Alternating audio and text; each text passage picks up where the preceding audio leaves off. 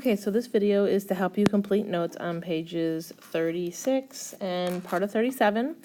So today we're going to learn about this thing called implied domain. And I need you to think for a second what it means to imply something. So when you imply something, it means you're hinting at something without exactly saying it. And sometimes we have functions in math that imply what their domain is or hint at their domain is without actually stating their domain. So on page 36, the first example that you have says f of x equals 1 over x squared minus 4. So if I asked you to describe this to me without using the words 1 or over or fraction, x squared or minus 4, just think about how you would explain what it looks like. I'm hoping that one of you said to yourself, it's a fraction. You're right, it is a fraction. And a fraction is a fancy way in math to divide. And we are never, ever, ever allowed to divide by 0. So no dividing by 0. So that should be one of the rules you write on the bottom of page 36. No dividing by 0 ever. So if you're never, ever, ever allowed to divide by 0, that means that we need to find the values from this denominator that cause me to be 0.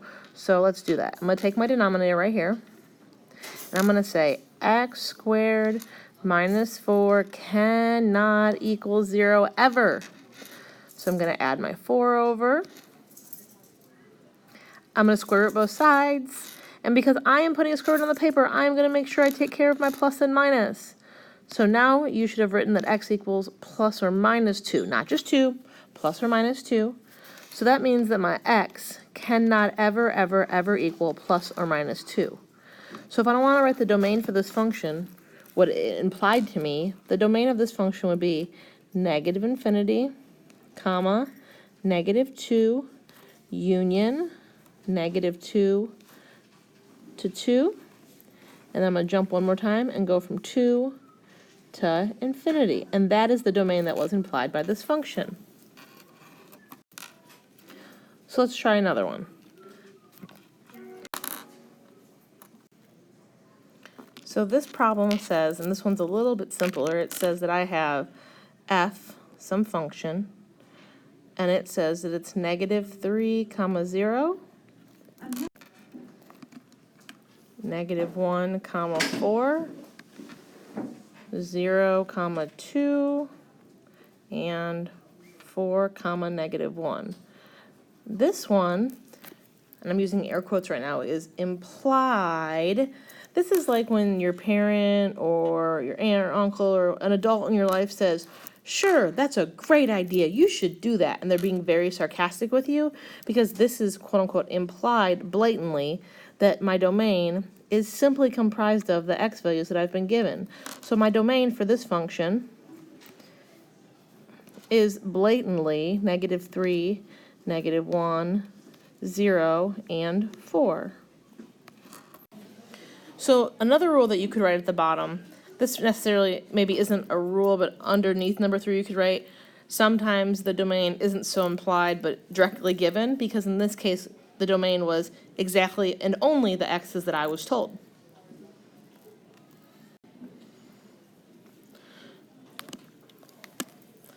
So number 2 on page 36 talks about volume. So it says the volume of a sphere is 4/3 pi r cubed. So I want you to think about volume for a second and describe volume to yourself. And so when you think about volume, it's the amount of liquid in a bottle, it's the amount of something we put into a container, but we can't take something out of a container that was never there. So we can't ever have a volume that's negative. Can't take something out of something that wasn't there to begin with. So I have 4/3 pi r cubed, and this has to be greater than or equal to 0. In this case, my x value is my r. So I'm going to solve for my r, and I'm going to divide by my 4/3 of my pi. Well, 0 divided by anything is 0, so if I divide by my 4/3 and my pi on both sides, Cancel, cancel. 0 divided by anything is 0. So r cubed is greater than or equal to 0. And when you cube root this, you get r is greater than or equal to 0, which we are going to write in the proper form. R is greater than or equal to 0. So r is going to start at 0 with a bracket because we can equal 0. And we're going to go to infinity. So my domain in this case is 0 to infinity. So one of the rules you want to write on the bottom of page 36 is implied domain is real world restrictions.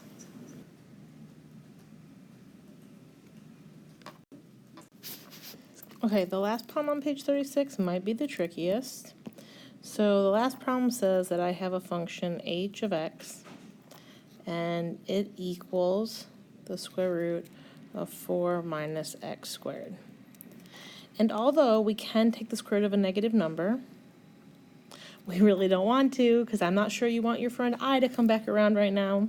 So I'm going to say that 4 minus x squared has to be greater than or equal to 0.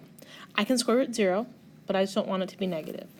So I'm going to get, by moving my x squared over to the other side, that x is greater than or equal to, that 4 is greater than or equal to x squared. And then I'm going to put a square root on the paper. I put a square root on the paper. I have to deal with a plus and minus. So the square root of 4 is plus and minus 2 is greater than or equal to x. And this is where we have to draw a number line, because we need to figure out where it is exactly we are. So I'm going to draw this number line. I'm going to put my two magic numbers. They're called critical numbers. But I'm going to put my -2, my magic numbers, and 2 on my number line. It says right here that I can equal them. So I'm going to put closed circles. I can touch -2 and 2. And if you don't believe me, let's plug it in. So let's plug in 2 and see what happens. So if I plug in a 2, 4, let me write this. 4 minus 2 squared is 4 minus 4, and 4 minus 4 equals 0, and the square root is 0 is equal to 0, so that's okay. It's good. Same thing's going to happen here. Now I need to figure out whether I want to shade between my two dots or outside of my two dots. Do I want to shade out here, or do I want to shade in here? So I'm going to plug in my favorite number, 0.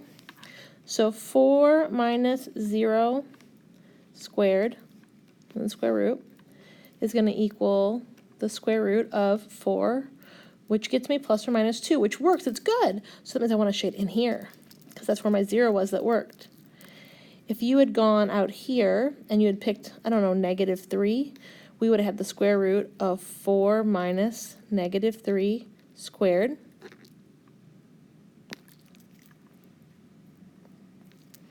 And that would have been the square root of 4 minus 9, which would have been the square root of -5, and we don't want to do that. So we don't want to shade on the outside.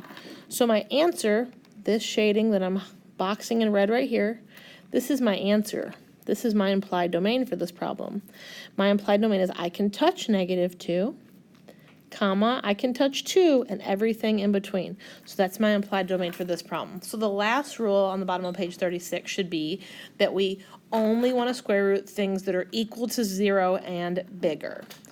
So now what you're going to do is you're going to go try page 37, and the answer key has been scanned and posted on Canvas as a separate item in your Module 1 folder so that you can check yourself. Please do not copy page 37. Try it, and then get a pen or something and correct yourself.